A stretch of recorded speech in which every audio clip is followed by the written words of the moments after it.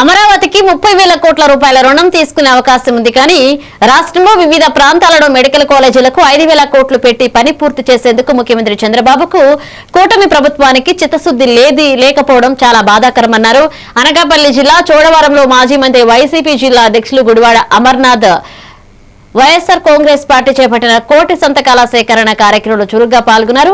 ఇక మెడికల్ కాలేజీల ప్రైవేటీకరణకు వ్యతిరేకంగా టీడీపీ నేతృత్వంలోని కూటమి ప్రభుత్వంపై డిమాండ్ చేశారు.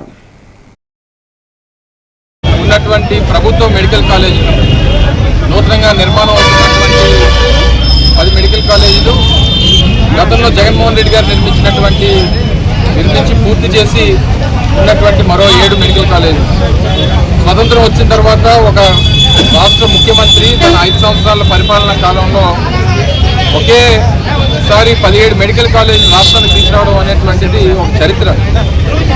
అటువంటిది ఈ ప్రభుత్వం వచ్చిన తర్వాత 10 మెడికల్ కాలేజీలని ప్రైవేట్ పరం చేసేటువంటి దానికి తీసుకున్నటువంటి నిర్ణయాన్ని నిరసిస్తూ పెద్ద ఎత్తున ఈ పోరాటాన్ని వైఎస్ఆర్ కాంగ్రెస్ పార్టీ జగన్మోహన్ రెడ్డి గారి నాయకత్వంలో కలిసినటువంటి అన్ని రాజకీయ పార్టీలు అన్ని ప్రజా సంఘాలని అన్నింటినీ కూడా కలుపుకొని పెద్ద ఎత్తున ఉద్యమాన్ని తీసుకుంది.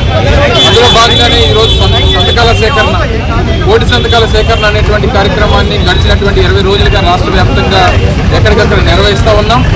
అందులో భాగంగా ఈరోజు చోడవరం పట్టణంలో ఈ సంతకాల సేకరణ కార్యక్రమాన్ని కూడా ఈరోజు ఏర్పాటు చేయడం జరిగింది. గ్రామాల్లో కూడా